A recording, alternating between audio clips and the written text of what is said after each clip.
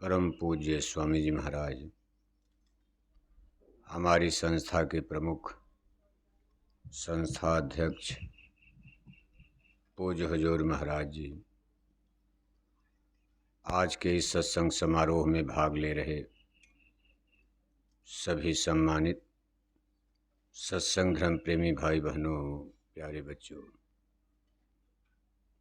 आज आपके इस गांव में जिला भावनगर, गुजरात प्रदेश, जय गुरुदेव धर्म प्रचारक संस्था मथुरा की तरफ से शाकाहारी सदाचारी मानव धर्म का आत्म कल्याणकारी आध्यात्मिक सत्संग संदेश होने जा रहा, जिसकी आज हम सभी इंसानों को, सभी कौम जाति मजहब धर्म के लोगों को, सभी औरत मर्द बच्चे बच्चियों को सुनने, समझने, जानने और मानने की बहुत बड़ी आवश्यकता। धर्म और अध्यात्म ये ऐसा विषय सब्जेक्ट है जो हर इंसान मनुष्य पर लागू होता है। जैसे सूरज के बिना चाहे हिंदू हो चाहे मुसलमान हो, राजा हो प्रजा हो, किसी का जीवन नहीं चल सकता। जैसे जल और पानी के बिना कोई भी इंसान मनुष्य का जीना मुश्किल हो जाता। अगर इस वायुमंडल में हवा न रहे, ऑक्सीजन, तो हम आप कितनों ज्ञानी विज्ञानी, कितनों रुपए पैसे, लेकिन कोई जिंदा नहीं रह सकता। इसी तरह से धर्म और अध्यात्म के बिना हमारा आपका ये जीवन निरर्थक, वृथा माना जाएगा। हमारे जितने भी धार्मिक ग्रंथ, स्पिरिचुअल लिटरेचर्स, क्योंकि आप सब लोग यहाँ हिंदू धर्म को सपोर्ट करते हैं, यहाँ कोई मुसलमान तो बैठा नहीं है, सब लोग हिंदू धर्म को ही मानते हैं। हिंदू धर्म की पवित्र पुस्तक है रामायण, गीता, वेद, भागवत, शास्त्र, पुराण, जिसमें रामायण गीता को बहुत महत्व दिया जाता। ये दो ग्रंथ हिंदू धर्म में बहुत ही मायने रखते हैं, महत्व का स्थान रखते हैं। इन दोनों ग्रंथों को पढ़ने से हमको आपको जो ज्ञान प्राप्त होता है, जो सूचना संदेश संकेत मिलता है कि वास्तव में ये मानव जीवन और जन्म हमको आपको अपनी आत्मा के कल्याण के लिए मिला है।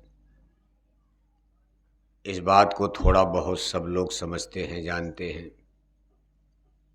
कि अपनी जीवात्मा की रक्षा के लिए, जीवात्मा के कल्याण के लिए ही मानव जन्म प्राप्त हुआ है। जिस मानव जीवन का, मनुष्य शरीर का इतना महत्व है, इसके द्वारा ही हमारी आत्मा का कल्याण होगा। इस शरीर की रक्षा करना तो हमारा धर्म कर्तव्य ही है। अगर ये शरीर आपका ठीक ठाक रहेगा, तभी आप अपनी आत्मा का भी कल्याण कर सकते हैं।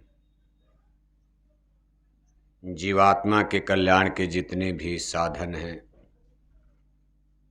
जितनी भी आध्यात्मिक साधना है, उपासना है, योग क्रिया है, पूजा पाठ, भजन भक्ति, व्रत उपवास, सब कुछ आप करते हो, इस शरीर के रहते हुए ही किया जाता।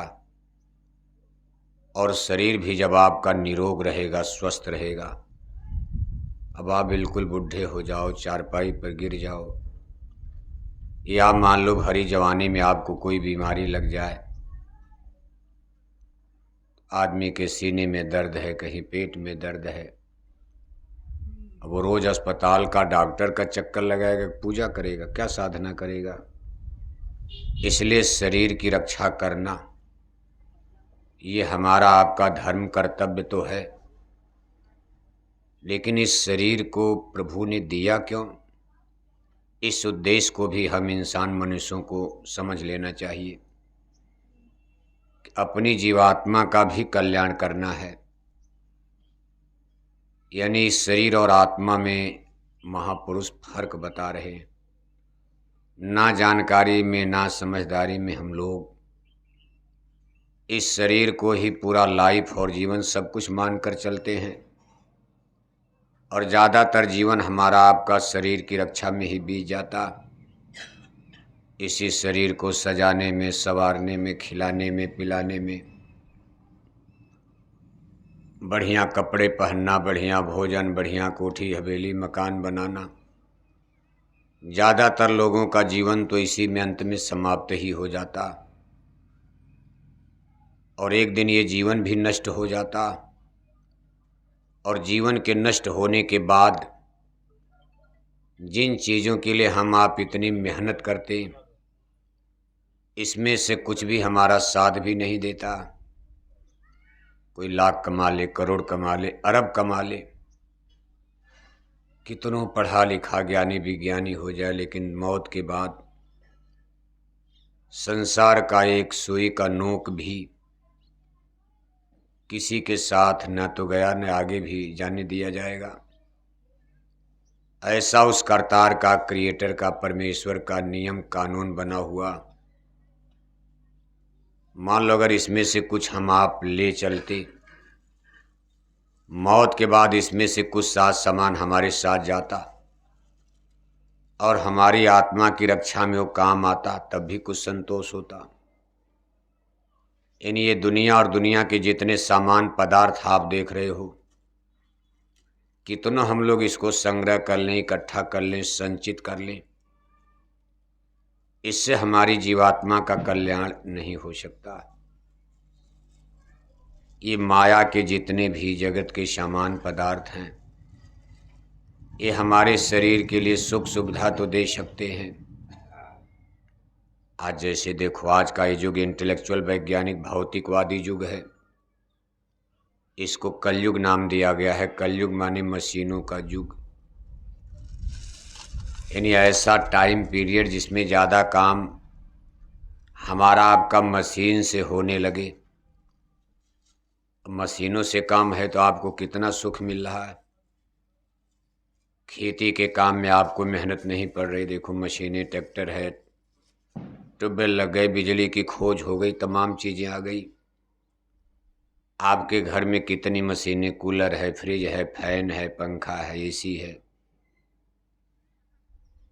अब ये साइंस और विज्ञान का डेवलप होने से हमारे इस लौकिक जीवन को सुख तो मिल रहा है,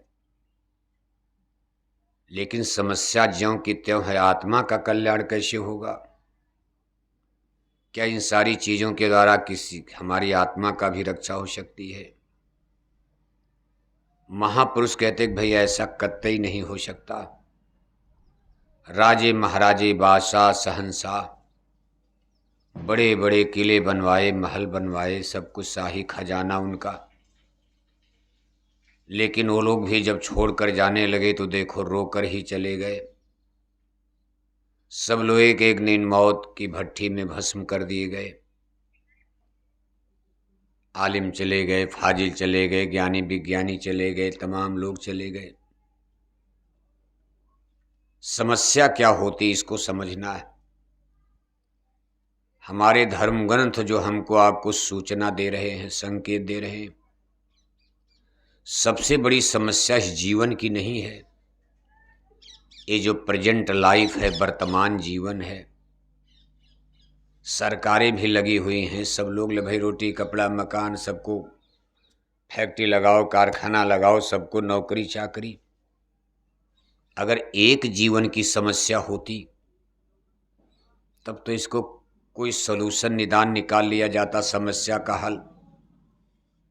लेकिन हमारे आपके अनेकों जीवन हो चुके हैं और आगे भी संभावना है कि अनेक जीवन हमारे आपके चलते रहेंगे। हमारी ये जन्म मरण की यात्रा अनवरत चलती रहेगी। कब तक? जब तक हम सब लोग उस परम पिता परमेश्वर से मिल नहीं जाएंगे।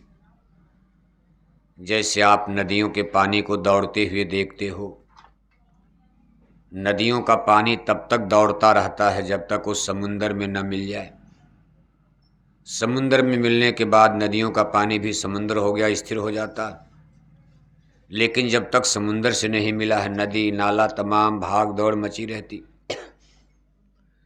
नालों का पानी नदियों में जाता है, नदियों से समुद्र की तरफ भागता। ऐसे ये स्पिरिट यानी आत्मा जिसको कहा जाता,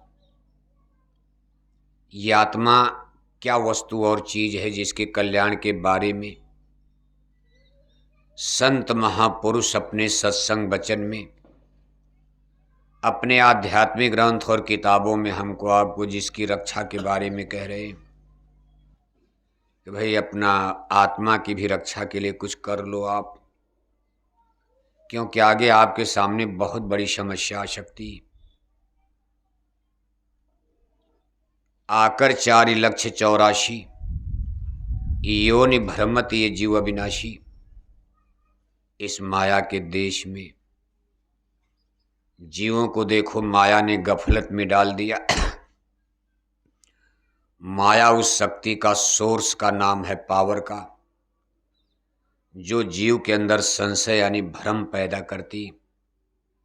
भ्रम का मतलब जैसे आप जा रहे हो, अंधेरा है, सामने मोटी रस्सी पड़ी, लेकिन आपको डर लगा भाई सर्प बैठा, कि वहाँ कोई लाइट रोशनी प्रकाश का स्रोत नहीं। अगर मान लो बल्ब जल रहा, प्रकाश या दिन है, तो अब तो आप रस्सी और सर्प का भेद समझ जाओगे। लेकिन मान लो आसमान में सूरज नहीं, अंधेरी रात है, सामने कोई प्रकाश का स्रोत नहीं है, उसमें आपके अंदर एक सस्पेंस, संशय, भ्रम पैदा हो सकता कि भाई ये सर्प भी हो सकता है, रस्सी भी हो सकती। आप डर के मारे वहां खड़े हो जाओगे। इसके बाद जब किसी तरह से जानकारी प्राप्त कर लोगे कि नहीं ये सर्प नहीं रस्सी है, तब आप निर्भय हो जाओगे। कोई न कोई सहारा लेना पड़ता, भाई ज्ञान सही किया जाए, भाई सर्प है कि रस्सी है। इसी तरह से इस संसार में हमारा आपका जब जन्म हुआ, तो हमको आपको यहाँ भटकाने वाली, भरमाने वाली सबसे प्रबल शक्ति को माया कहा जाता। माया महाठगनी हम जाने। आप संतों की बाणी सुनते हो, संतों ने कहा भाई ये बड़ी ठगनी है, जीवों को ठग लेती, बहका देती। यानी जो सही को गलत और गलत को सही साबित करती रहे। है तो दुनिया झूठी, लेकिन ये माया का खेल देखो कि हमको आपको सच नजर आता। अब आप जितने लोग बैठे हो सब जानते हो भाई सबकी शरीर आग में जलेगी। घर परिवार, दोस्त मित्र, रिश्तेदार, सगे संबंधी सब लोग एक दिन साथ छोड़ेंगे। ये घर मकान कोठी हवेली सब फना हो जाएगा, विनष्ट हो जाएगा। लेकिन फिर भी हमारे गले के नीचे उतरता हम सच ही मानकर चलते हैं, और इसी चीज का को ज़्यादा से ज़्यादा इकट्ठा करना, बढ़ाना, घर बनाना और बनाना, और ज़मीन बनाना और बगीचा बनाना और पैसा कमाना, यानी ज़्यादा से ज़्यादा इसको प्राप्त किया जाए। इसके लिए कभी कभी आदमी अपराध भी कर देता। हमारी दृष्टि में अपराध ना हो, लेकिन कानून की दृष्टि में मान लो कोई किसी को गोली मारकर 1 करोड़ लूट लिया, वो तो सोच रहा है भाई इसको मार दूंगा तो 1 करोड़ पैसा मिल जाएगा, लेकिन कानून की दृष्टि में अपराध हो गया। और अगर कानून ने कहीं उसको पकड़ लिया तो उसका जीवन ही समाप्त हो सकता। 1 करोड़ रुपए के लालच में उसको फांसी की सजा सरकार दे देगी, काउंटर करवा देगी। इसी तरह से हम आप जिस चीज को नहीं समझ पा रहे, हो सकता उस क्रिएटर करतार की दृष्टि में वो अधर्म हो, पाप कर्म हो, बुरा कर्म हो, और हमारे आपके द्वारा किया हुआ ऐसा कोई कर्म जो ईश्वर भगवान परमेश्वर की दृष्टि में अधर्म है, पाप है, तो ईश्वर भगवान कभी हमको आपको माफ करेंगे? उसकी सजा तो हमको आपको मिलना है। आदमी देखो अज्ञान में, अनजान में, संसार की चीजों के लिए ही थोड़े से पैसे के लिए लोग कत्ल करते हैं, भाई को मार देते हैं, चाचा मार दिया, भतीजा मार दिया। विशेषकर बड़े लोगों को आप देखते हो गद्दी कुर्सी के लिए कितने बड़े बड़े पाप। बादशाह औरंगजेब ने अपने 3 भाइयों का कत्ल करके आगरा की गद्दी लिया। आज भी आप करीब करीब देखते हो कि एमपी एमएलए कुछ भी कर देते हैं गद्दी कुर्सी के लिए, लेकिन ये गद्दी कुर्सी तो थोड़े दिन के लिए है। लेकिन ये जो कर्म बन रहे हैं, अगर ईश्वर ने इसको नोटिस में ले लिया तो मौत के बाद कितनी बड़ी समस्या होगी। क्योंकि मौत के बाद हमको आपको एक बार फिर ईश्वर की अदालत में उसके